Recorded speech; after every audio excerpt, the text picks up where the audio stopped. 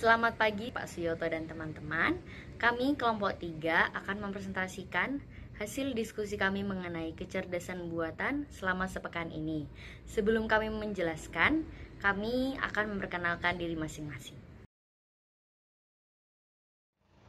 Perkenalkan, saya Aurelia Catherine Hartono, MPM 1907101113. Nama saya Velia Friendly Kristiani, NPM 1907101131. Nama saya Rufina Trui Aning Kristi, NPM saya 1907101135. Nama saya Steli Elisenkwa, NPM 1907100180. Nama saya Irfan dengan NPM 1907-10374. Ya, jadi pertama-tama tentunya teman bertanya-tanya, sebenarnya apa itu kecerdasan buatan? Jadi di sini kami punya beberapa pengertian tentang kecerdasan buatan menurut para ahli. Yang pertama yaitu John McCarthy. Beliau berpendapat bahwa kecerdasan buatan ialah memodelkan proses berpikir manusia dan mendesain suatu mesin agar menirukan perilaku manusia. Yang kedua yaitu H.A. Simon. Menurut beliau, kecerdasan buatan itu ialah kawasan penelitian, aplikasi dan instruksi yang terkait dengan pemrograman komputer untuk melakukan hal yang cerdas menurut pandangan manusia. Yang ketiga yaitu menurut Rich and Knight. Menurut pendapatnya, kecerdasan buatan itu sendiri merupakan sebuah studi yang mempelajari tentang bagaimana cara membuat komputer dapat melakukan hal-hal yang pada saat ini dapat dilakukan oleh manusia. Jenis-jenis kecerdasan buatan. Yang pertama, Artificial Neural Network. Artificial Neural Network adalah sekelompok jaringan saraf buatan yang menggunakan model matematis atau komputasi untuk pemrosesan informasi berdasarkan pendekatan terhubung pada komputasi. Yang kedua, Fuzzy Logic. Fuzzy Logic adalah suatu bentuk logik bernilai banyak, di mana nilai kebenarannya dapat berupa bilangan real apapun antara 0 dan 1, keduanya inklusif. Yang ketiga adalah algoritma genetik. Algoritma genetik biasanya digunakan di rumah sakit, misalnya untuk menganalisis DNA. Yang terakhir adalah robotik. Robotik biasanya digunakan untuk kegiatan otomatisasi, misalnya programmable logic control. Salah satu penggunaan kecerdasan buatan di film Black Panther adalah Griot. Griot merupakan sistem yang diciptakan oleh Shuri. Nah, sebelumnya kita telah melihat jika Griot ini membantu Captain Ross dalam mengemudikan pesawatnya secara remote piloting. Berdasarkan pohon kecerdasan buatan, kami menemukan 3 cabang kecerdasan buatan yang digunakan dalam sistem ini. Yang pertama adalah pemahaman ucapan. Pemahaman ucapan sendiri membantu komputer untuk memahami dan memproses yang diucapkan manusia, kemudian diolah menjadi bahasa yang dimengerti oleh komputer. Pada hal ini, pemahaman ucapan membantu Griot memahami apa yang diucapkan Kapten Ross atau orang di sekitarnya kepada Griot. Yang kedua adalah pemrosesan bahasa alamiah. Pemrosesan bahasa alamiah membantu komputer sehingga dapat berkomunikasi layaknya manusia, sehingga dapat memahami tugas atau pertanyaan yang diberikan kepadanya. Nah, cabang kecerdasan buatan ini sering digunakan di Alexa, Siri, Google Assistant, dan lain-lain. Nah, pada Griot sendiri, setelah suara diproses oleh pemahaman ucapan, maka akan diteruskan ke pemrosesan bahasa alamiah. Nah, contohnya saat Ross berkata pada Griot, "Put me back in." Kemudian Griot mengembalikan Captain Ross kepada kondisi di luar sana. Yang ketiga adalah sistem pakar. Sistem ini mengadopsi pengetahuan manusia, sehingga ia dapat menyelesaikan masalah layaknya seorang pakar. Nah, di film ini, sistem pakar terlihat pada Griot, utamanya saat ia berhasil mendeteksi seberapa besar kerusakan pada kaca pelindung led dan memprediksi seberapa lama lagi kaca tersebut akan pecah. Selain itu, Griot juga dapat mendeteksi bagian mana dari pesawat mereka yang rusak. Selanjutnya adalah sistem operasi yang digunakan oleh Shuri untuk menyembuhkan Agent Rose.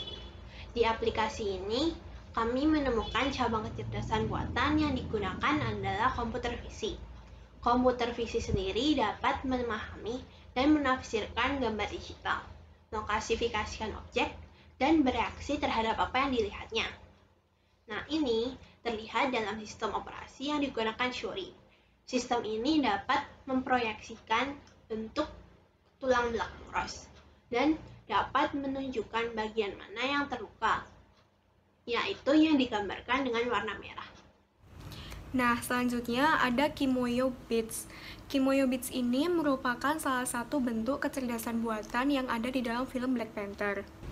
Kimoyo Bits berbentuk seperti gelang yang terdiri dari manik-manik. Nah, ada 3 tipe manik-manik Kimoyo yang dipamerkan dalam film Black Panther itu sendiri. Dan masing-masing memiliki fungsi tersendiri untuk penggunanya. Yang pertama, ada Prime Bits yang berfungsi untuk menunjukkan riwayat kesehatan seorang penduduk Wakanda ataupun menyimpan data pribadi serta rekam medis dari pengguna. Dalam hal ini, cabang AI yang dapat kita temukan diantaranya ada pemrograman otomatis, di mana program dapat menampilkan data pribadi dan riwayat kesehatan. Selain itu, ada intelligent tutoring dengan Bayesian network yang dapat memunculkan probabilitas suatu penyakit dengan adanya data rekam medis. Yang kedua adalah audio visual bits. Alat ini bisa memproyeksikan layar, juga bisa mengakses database Wakanda. Selain itu, alat ini mampu menampilkan gambar, rekaman video, live broadcast, grafik, serta melakukan pencarian di internet layaknya smartphone dan laptop. Alat ini juga dapat menampilkan hologram yang digunakan untuk menampilkan diri. Cabang AI yang dapat ditemukan diantaranya ada pemrosesan bahasa alami untuk menerjemahkan suara manusia untuk melakukan pencarian. Selain itu, ada komputer visi yang digunakan untuk menampilkan gambar. Dan yang terakhir adalah communication bits. Dalam hal ini, kita dapat menemukan cabang AI berupa pemahaman ucapan, karena alat ini berfungsi sebagai penghubung dan pengirim pesan antar pengguna. Dengan kata lain, dapat digunakan untuk berkomunikasi jarak jauh seperti ponsel. Yang selanjutnya adalah kostum Black Panther. Kostum yang digunakan oleh Black Panther pada contoh sebelumnya merupakan hasil implementasi kecerdasan buatan yang diciptakan oleh adik dari sang Black Panther itu sendiri, yang bernama Shuri. Kostum ini merupakan kostum nanoteknologi yang berwujud awal kalung dan dapat berubah bentuk menjadi kostum yang memiliki kekuatan yang sangat luar biasa.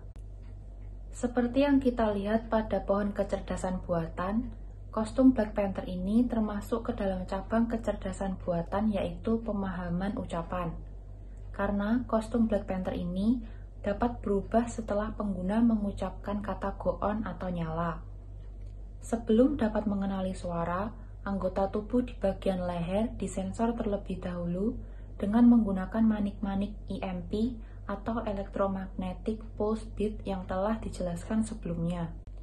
Kostum ini dirancang dengan menggunakan teknologi canggih yang disebut nanites, yang terbuat dari bahan vibranium yang mampu menyerap energi senjata dari serangan musuh dan dapat kembali pulih atau utuh jika seandainya kostum tersebut mengalami kerusakan.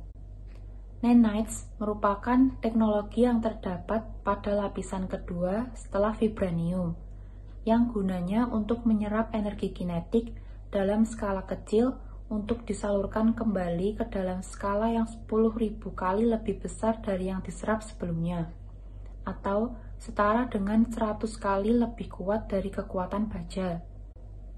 Selain itu, nanites bertujuan untuk menahan air atau anti-air dan memantulkan panas.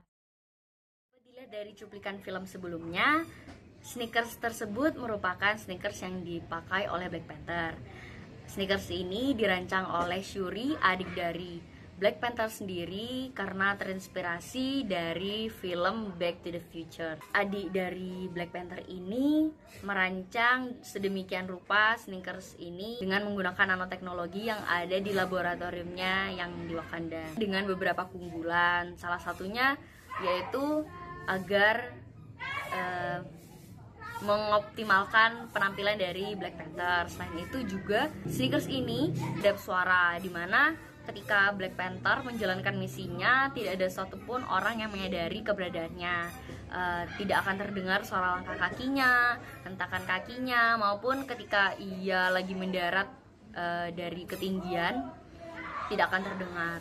Sneakers tersebut masuk ke dalam cabang kecerdasan buatan, yaitu sistem adaptif. Sistem adaptif itu sendiri yaitu karena adanya ketergantungan. Contohnya sneakers ini ketergantungannya dari hanya jika kita menginjak sol sepatu tersebut maka baru berubah wujud menjadi sneakers pada umumnya.